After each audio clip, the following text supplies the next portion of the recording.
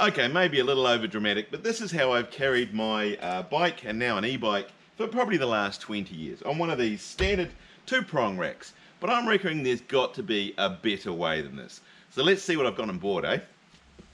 Okay, so I've purchased a Thule, I think I've said that right, folding XT2 bike rack. It's supposed to be a pretty good brand. So anyway, let's try it out.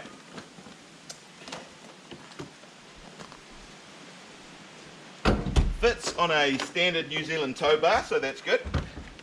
And you just drop down this lever, locks it in place, push a couple of buttons, drop that down, and it's even widened to standard New Zealand electrics.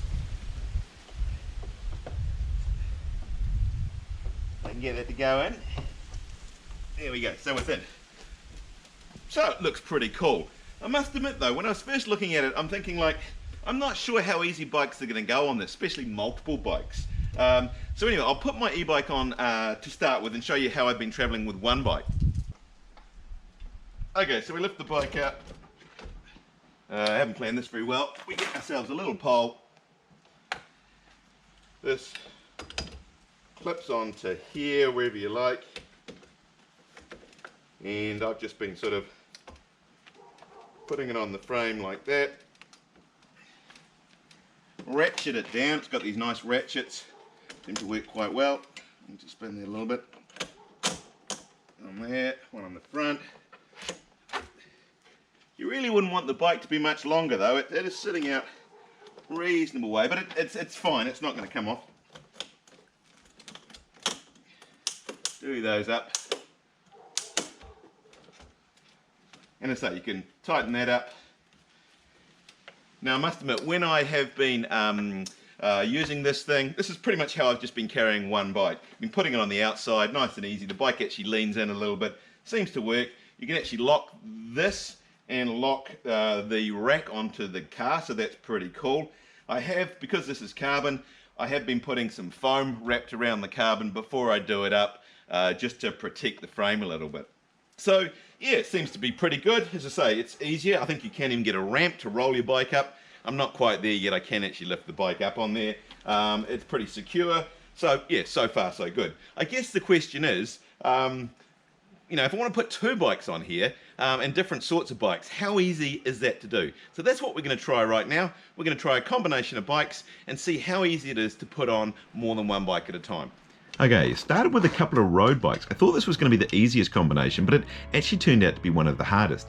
I often find the easiest thing to do is to strap the wheels down, and in most cases that pretty much holds the bike in place.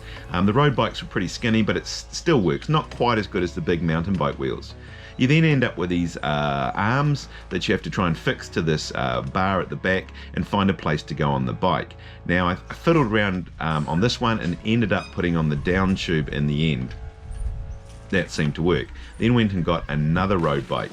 Now this wasn't as easy. As I say, you've got three main options really. You've got the top tube, the down tube, and I guess the seat tube. I'm starting first to go with the down tube, but again, just can't get it all to line up and make that work. I think I then transferred over and tried to put it on the top tube, but again, I couldn't get that to work. I think there is a slight flaw in the system. That bar at the back, I believe, should be high enough that you can drop down onto the top tubes, but it simply isn't. It just doesn't work. So in the end, I think I ended up taking the bottles out and actually managed to get it to secure to the seat tube. Guess it's just a matter of practice, but yeah, once you've done it once, it's a lot easier, but first time was a bit fiddly. Okay, so we've got two road bikes on. That wasn't quick. What I'm going to actually do in this video, I haven't tried any of these bike combinations at all. I'm just going to put them on and see how hard it is to do. That was fiddly, had to play around with the bottles, but we managed to get two road bikes on. But yeah, the arms, sometimes, you know, it can be quite fiddly and cumbersome. I guess once you've worked out a combination once, you're away. But anyway, next combination. This was probably the easiest combination, 29er mountain bike and the road bike, and really no issues putting this one on. Okay, setup number 2, we've got a 29-inch mountain bike with a road bike. If you're wondering, that road bike looks really small. In fact, both the road bikes are really small. I don't ride road. That's my wife's thing. But anyway, that wasn't too difficult. The only thing I would say is that a lot of people have said get the 3 rack and still put 2 bikes on it, because at times they are quite tight. Brake levers touching the rear wheel on this one. So yeah, they're a little bit tight at times. All right, next combination. Okay, next combination, the wife's Ibis Mojo HD, little 26-inch bike. This, I think we ended up putting on the down tube, which wasn't too difficult. And then add to that, I'm going to put my Zero Taniwha on there. Awesome bit of kit, this one. Haven't used that in a long time since I've gone e-biking, but yeah, pretty great bike. Now I think I managed to get this one again on the down tube. Yeah, managed to fit through the gap between the 2 bikes. So yeah, it's just a matter of trial and error really to see what works. But yeah, this combination wasn't too difficult. Alright, so we've got this time, we've got a 26-inch mountain bike and a 27.5 mountain bike. That actually wasn't too hard to put on to get, so that works pretty well actually. A bit embarrassing, the tyres are completely flat on both of them, so it shows that they haven't been ridden for a while. But anyway, managed that combination. Now the 26-inch bike, can't believe how many different wheel sizes I managed to find in my garage. But yeah, that went on nice and simple, and then I thought I would try a little kid's 16-inch bike. Now this was actually a little bit fiddly, but would sit on the and the tyres would get clamped down, and I must admit, with a little bit of trial error, but managed to clamp it to the down tube there. This is actually getting to be kind of fun actually. It's a bit like a sort of puzzle. As I say, literally working them out as we go. At this combination we've got a 26-inch mountain bike and a 16-inch little bike. Now you're thinking we've got kids, right? No. This is actually my 16-inch race bike. I've actually raced it before. You've got to try it. They are scarily funny to ride. Alright, so we had a little bit of fun playing around with bikes, managed to get a bit of combination of different bikes on there. But what you guys really want to know, and what I want to know, is can you get 2 e-bikes on the rack? So that's what we're going to try now. Alrighty, next bike up is the Orbea Rise. Nice bit of kit, this one. I don't actually own this bike, just on a loan. It was given to me by Bike Lab to do a review on it, so I've got to return that one unfortunately. Not that easy. On these e-bikes there is very few places you can actually put the clamp, and pretty much on that seat tube is pretty much the only place it can go, and in the Orbea there was a very limited space it would fit on there. To be honest, the KTM is probably even worse. It's got that big shock at the back, yeah, there's only a very tiny window of a place where the clamp can go. And I was trying initially to get the clamp to come in from the front, but again, it just wouldn't work. So I actually had to turn it around the other way and get the clamp to come in from behind. And that is really tight to get it to fit in there.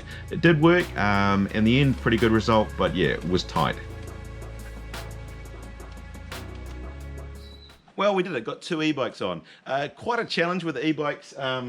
Big down tubes, too big to put a clamp on. Obviously got shock in the way. Lots of weird, awkward angles. I did manage it. I've managed to get all those bike combinations on. Do I think it's the easiest, simplest system in the world and could be improved on? No, I think it could be improved on. These bars, if they could be flexed, if they could move, if they had joins in them or something like that. This bar at the back here, I don't think is high enough. It'd be good if that was level with the top of these top tubes, and then I could lean a bar over the top and put it on the top tube. So definitely got some flaws in it, but as I say, it did manage to make it work. I would say that if you're going to put clamps around your nice carbon bars, again, I think you can even buy things to wrap around there, but I usually just put a little bit of foam padding around them. Another little tip I'll give you as well, when I first got this rack, these things were already locked. And I was spinning them around furiously, wondering why they wouldn't tighten up adequately. And it turned out that they were in the lock position and they just spun. So anyway, there's a tip for you. Anyway, I'm happy with the rack. I'm going to keep it. Most of the time I only have 1 bike on it. It's really convenient when there's only 1 bike on it. When there's 2, yeah, a little bit of a fiddling round. And as I say, sometimes I think the bikes are a little bit close, and you may want to pack them. On this one, the rear triangle and the fork are almost touching, so I think I'd probably pack something between those 2. But anyway, hope you enjoyed the video. If you like this sort of thing, love it if you subscribe, and yeah, we'll see you on the next one.